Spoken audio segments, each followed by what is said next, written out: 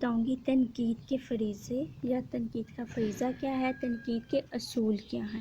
تنقید کا پہلا اصول یہ ہے کہ تنقید کو تخلیق کے لیے راستہ ہموار کرنا چاہیے۔ اس میں کیا کہہ رہے ہیں کہ تنقید جب کسی بھی چیز کی تخلیق کرے گی تو اس کے لیے راستہ ہموار ہونا چاہیے۔ راستہ ہموار ہونا چاہیے کہ کوئی مسئلہ نہ ہو، کوئی رکاوٹ نہ ہو، ٹھیک ہے۔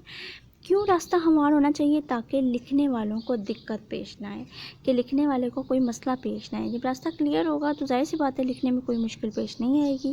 تو تخلیق کے لیے پہلا اصول کیا ہے کہ راستہ ہموار ہو تاکہ لکھنے والے کو دقت پیش نہ آئے۔ تنقید کا دوسرا اصول یہ ہے کہ سب سے پہلے موجود ادبی جمود کی ماہیت دریافت کی جائے۔ اس میں کیا کہہ رہے ہیں کہ ادب کے بارے میں جانا جائے، ٹھیک ہے۔ پہلے اصول میں راستہ ہموار کیا جائے تاکہ دقت پیش نہ آئے لکھنے میں، دوسرے اصول میں ادب کے بارے میں جانا جائے، ٹھیک ہے۔ پھر آپ نے بتانا ہے دوسرے اصول میں یہی بات بھی بتانی ہے کہ تنقید واقعی ہی ادب کو پھر سے زندہ کرنا چاہتی ہے تو اسے ان تمام عوامل کا جائزہ لینا ہوگا جس سے ادب پیدا ہوگا، اور بڑی ہمت اور صاف گوئی سے کام کرنا ہوگا۔ یہ کیوں کہہ رہی ہیں؟ ظاہر سی بات ہے کوئی بھی ہم کام کریں تو مشکلیں تو آتی ہیں، تو کیا کہہ رہے ہیں کہ کوئی مشکل آئے تو ہمت سے کام لینا ہوگا اور صاف گوئی سے کرنا ہوگا۔ صاف گوئی سے یہ جھوٹ کا سہارا نہیں لینا ہوگا، سچ بولنا ہوگا، ٹھیک ہے۔ دوسرے اصول میں یہ بھی بتا رہے ہیں کہ تنقید کا پہلا سوال یہ ہے کہ ہمارے ادیب لکھ کیوں نہیں سکتے، اور وہ کون سے خوفناک اثرات ہیں جسے وہ لاشعور میں دبائے بیٹھے ہیں۔ کہ اس میں کیا کہنا چاہ رہے ہیں کہ بعض اوقات جو ہے نا انسان کا کوئی حادثہ پیش آ جائے یا انسان کو کوئی ایسی مصیبت آ جائے تو وہ چاہتا ہے کہ وہ ان سارے ایونٹ کو بھول جائے، تو وہ ان چیزوں کو جو ہے نا لاشعور میں لے آتا ہے۔ تو وہ یہ کہنا چاہ رہے ہیں تنقید کے بارے میں پہلا سوال یہ ہے کہ ہمارے ادیب لکھ کیوں نہیں سکتے اور ان کے پیچھے کون سے اثرات ہیں جنہیں انہوں نے لاشعور میں دبایا ہوا ہے، ٹھیک ہے۔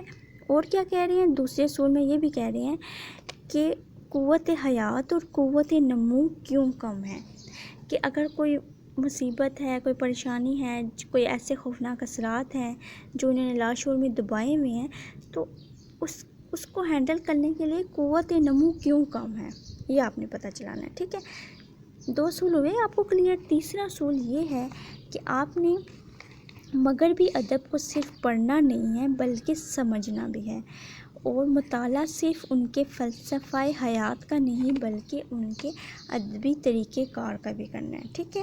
اور اس میں کیا کہا ہے کہ آپ نے ادب کے بارے میں اچھے طریقے سے جاننا ہے، کیونکہ اگر ہماری تنقید ادب سے دامن بچائے گی تو ہمارا ادب وہیں کا وہیں رہے گا جہاں آج ہے۔ تو اس میں مین بات کیا کہہ رہے ہیں تھرڈ اصول میں؟ ایک تو یہ ہے مگر بھی ادب کو صرف پڑھنا نہیں سمجھنا بھی ہے، اور کیا بتا رہے ہیں کہ ادب پہ زیادہ کنسنٹریٹ کرنا ہے، زیادہ توجہ دینی ہے تاکہ ادب کے بارے میں صحیح معلومات حاصل ہوں اور ان عوامل کا بھی جائزہ لیا جائے جن سے ادب پیدا ہو، ٹھیک ہے۔ فورتھ اصول کیا ہے کہ عسکری کے خیال میں تنقید سماج یا ادب کے متعلق بڑی باتیں کر رہی ہے مگر انفرادی طور پر افسانوں یا نظموں پر غور کرنے سے کتراتی ہے۔ اس میں کیا کہہ رہے ہیں چوتھے اصول میں کہ تنقید جو ہے نا زیادہ توجہ سماج کی طرف دیتی ہے ایز کمپیئر ٹو انفرادی طور پہ، کہ انفرادی طور پہ اتنی توجہ نہیں دیتی جتنی سماج پہ دیتی ہے۔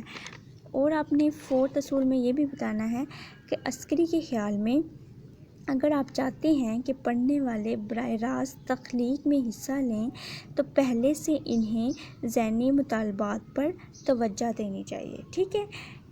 عسکری کیا کہہ رہے ہیں کہ تخلیق میں حصہ لینے کے لیے کیا کرنا چاہیے؟ ذہنی مطالبات پر توجہ دینی چاہیے، اور یہ صرف اسی طرح ممکن ہوگا ہر چیز کو تفسیر سے پڑھنا سیکھیں، کیونکہ ادب میں مسائل اور الجھنوں کے علاوہ الفاظ بھی ہوتے ہیں بلکہ سب سے پہلے الفاظ ہی ہوتے ہیں، ٹھیک ہے۔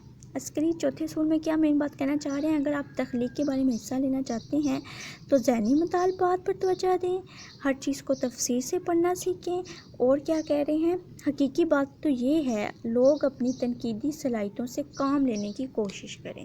چوتھے اصول میں مین بات کیا کہی ہے کہ تنقیدی صلاحیتوں سے کام لینے کی کوشش کریں، ٹھیک ہے، اور ہر چیز کو تفسیر سے پڑھنا سیکھیں۔ پھر آپ نے بتانا ہے کہ جو عسکری صاحب ہیں ان کے بارے میں بتانا ہے، جو ان کا جو فن ہے نا وہ زندگی کی ٹھوس حقیقتوں کی پاسداری اور امرداری سامنے آتی ہے، ٹھیک ہے، کہ وہ ان کا جو سارا فن ہے وہ حقیقتوں پر مبنی ہے۔ اور عسکری صاحب کے جتنے بھی نظریات ہیں نا، وہ وقت اور زمانے کی روش کے مطابق پرورش پاتے ہیں، کہ وقت کے ساتھ ساتھ وہ بتاتے ہیں کہ کیا ہونا چاہیے، تو ان کے جو نظریات ہیں وہ زمانے کی روش کے مطابق پرورش پاتے ہیں۔ پروفیسر احسان الحق لکھتے ہیں، جو شخص فن اور فن کی رسائیوں میں اتنی خوبصورتیوں اور ذہنی کاوشوں کا قائل ہو، تنقیدی میدان میں اس کا فن کسی بدصورتی کی پیداوار کیسے ٹھہر سکتا ہے۔ پروفیسر احسان الحق عسکری کے بارے میں کہتے ہیں کہ جو عسکری ہے وہ اتنی خوبصورتی سے تنقید کے بارے میں بتاتے ہیں، تو اتنی خوبصورتی سے جو بتا رہا ہو، اتنی ذہنی کاوشوں سے جو بتا رہا ہو، تو اس میں بدصورتی کیسے آ سکتی ہے؟ وہ اس کی تعریف بتا رہے ہیں، یہ ان لوگوں کے لیے بتا رہے ہیں کہ اگر کوئی ان کے خلاف کہتے ہیں تو وہ کہہ رہے ہیں وہ نہیں ہو سکتا، کیونکہ وہ اتنی خوبصورتی اور اتنی ذہنی کاوشوں سے بتا رہے ہیں۔ اصول کے تنقید کے مصنف کے بقول عسکری کی نکتہ رسی، نکتہ دانی، نکتہ خیالی اتنی اچھی ہے کہ تمام ناقدین میں بے مثل ہے اور عدیم النظیر ہے۔ اس میں کیا کہہ رہے ہیں کہ جو عسکری ہیں اتنے اچھے طریقے سے تنقید کے بارے میں بتاتے ہیں کہ ان کی مثال کہیں نہیں ملتی، ٹھیک ہے۔